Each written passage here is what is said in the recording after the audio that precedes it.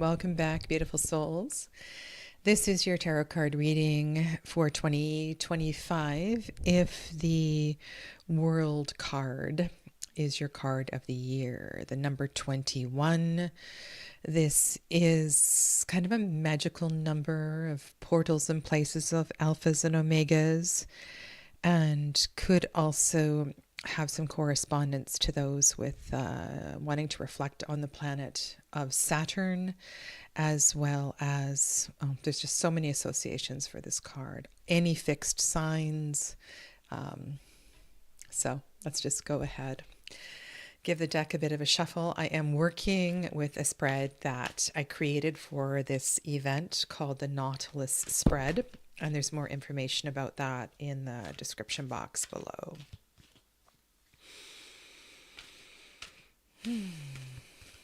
In the year of the Hermit, how might the World card respond or react?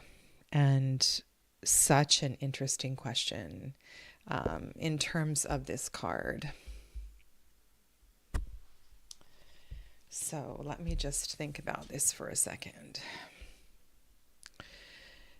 This precipice, this place where we step from this reality to another, from this world to another, from this stage to another stage, this location to another location, retirement, working to retirement. There is a gateway, a doorway that is unfolding. We are being birthed into something new.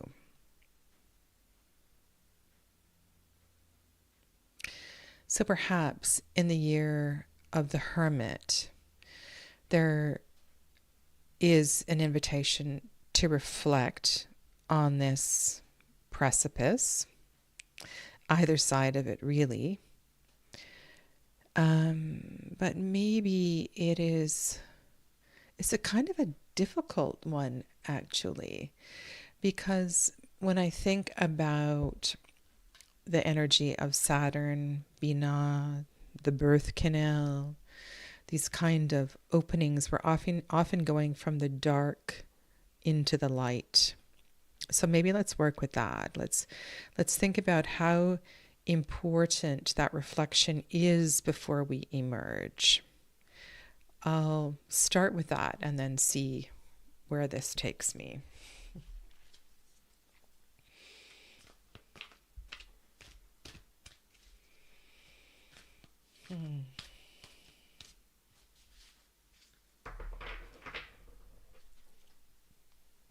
The tarot deck is Solara Occulta by Crimson Asteria, and it is also linked in the description box below.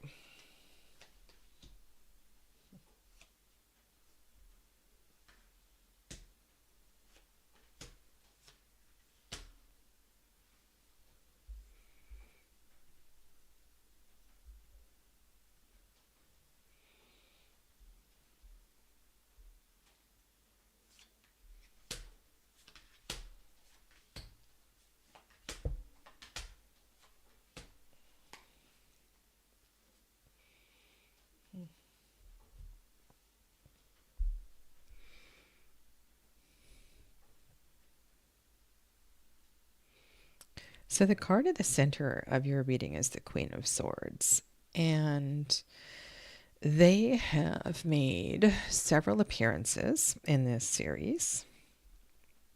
And I know that with a 9-card reading and 22 readings, there are going to be repeating cards, but there are certain cards that keep coming up again and again and again. And she has figured predominantly in this part of several readings. And here she's facing in the same direction as the world. And I think providing discernment, clarity.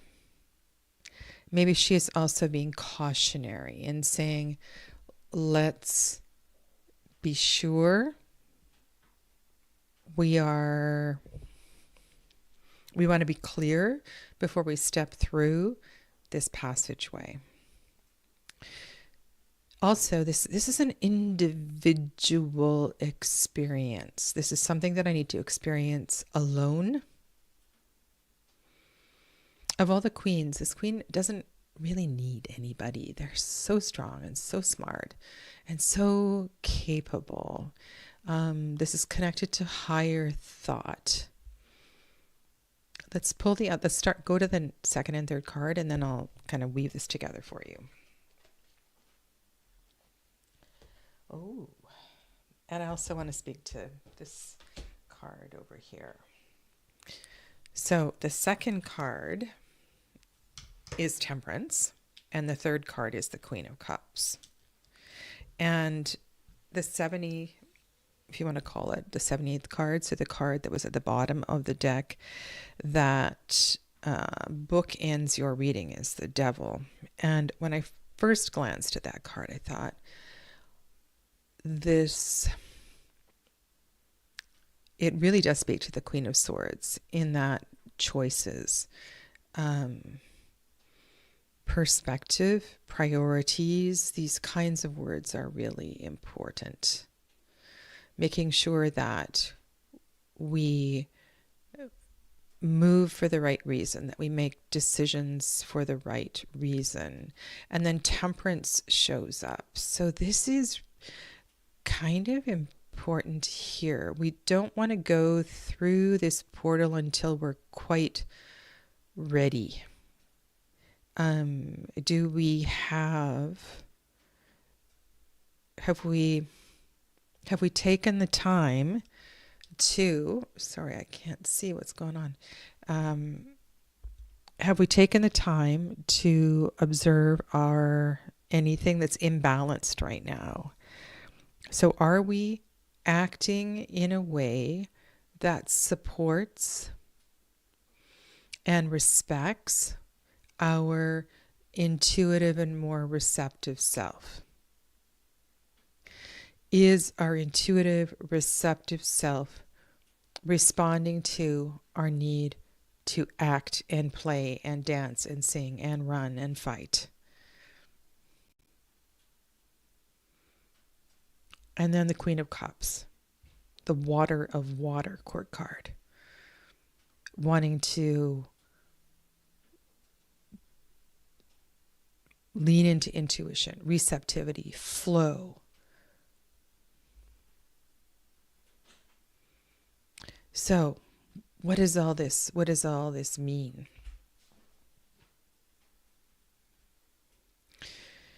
If you were to ask me which two queens are the most intuitive, I would say the Queen of Swords and the Queen of Cups. The Queen of Swords is disciplined and focused, perhaps, in her meditation practice, maybe in her mantra practice, where the Queen of Cups leans into, it's more of an innate way of being, the way that she wanders through her intuition. She was born knowing, deeply connected to High Priestess kind of energy. And this Temperance card and the Devil, it's really important that we don't wander down any paths that aren't going to serve us. And it's funny, I feel like this message has come through in 2 other previous readings. Get clear before you go forward. Have a good look, have a good observation before you skip on down the path, so to speak.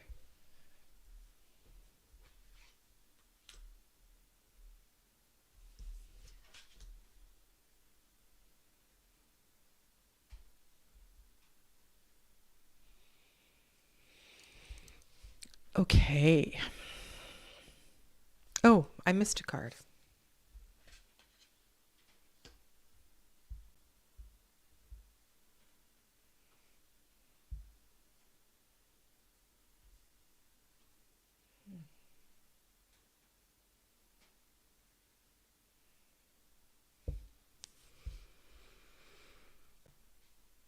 This is your year of the world.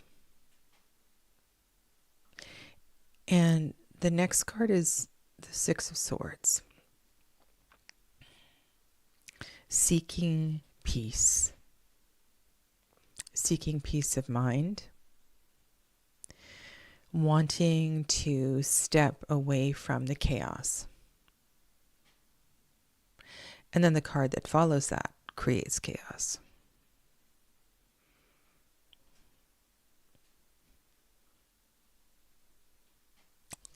And then the card after that goes back to a bit of an Eden. So I feel like there may be an internal struggle with what peace means to me.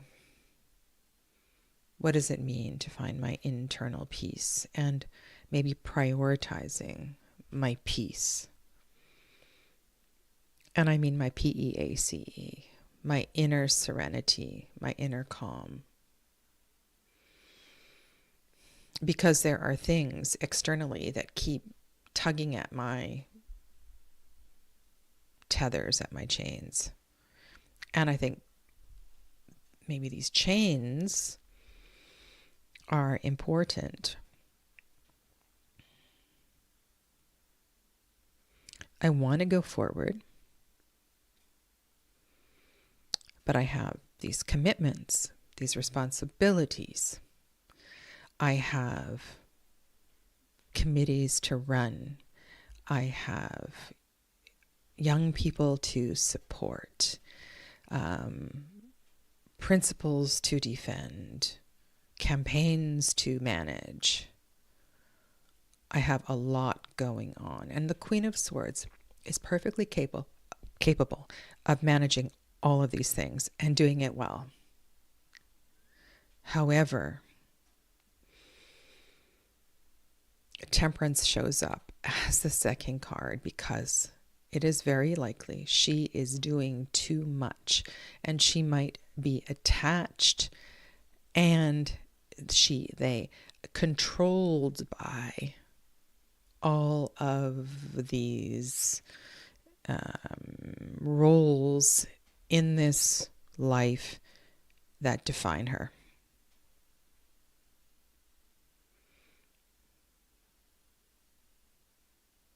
So let's let go of this a little bit. Let's lean into the Queen of Cups. Find a less busy, seemingly purposeful life, and move into the interior, which supports the energy of the Hermit, which is the overarching theme for this year.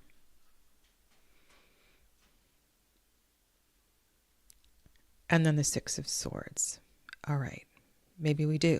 Maybe we need a change of scenery.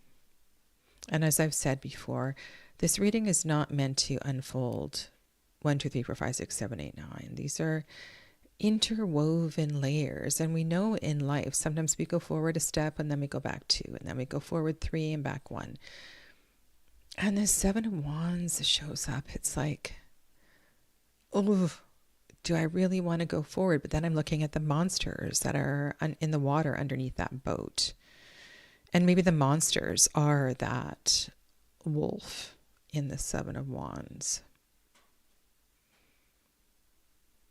Those monsters are your need to always prove yourself. And that's really hard to let that go when that is your the way that you operate.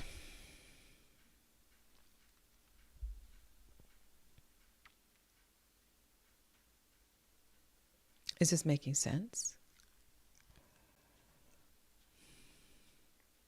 So why the World card this year? Because if you want to go through, you really do, and you want to change things, you need to face these things. And maybe before you step across that doorway, there's some reflections that need a little bit more time. Now, it's awesome that the Sun card is there. And the Sun card creates a bit of protection as well, too. Not so much in this card, but in other decks. There's this wall that creates a sacred space for you to heal. For you to heal. For you to feel the warmth of the sun on your skin. For you to just really enjoy some quiet and solitude and be happy.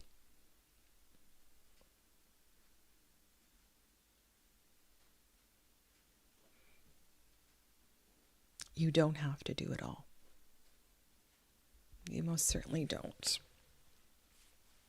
Okay.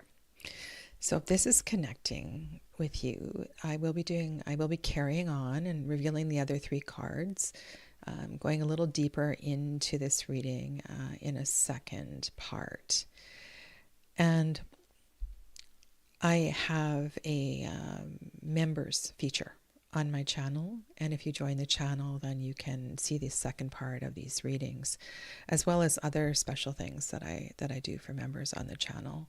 And if you'd like to follow along, this is the link for part 2. And even here, just in this part, if you have questions and you would like me to expand on any of these cards, please be sure to leave a comment below, and I'm very happy to answer you. Thank you so much for being here today. Take good care. Namaste and Happy New Year.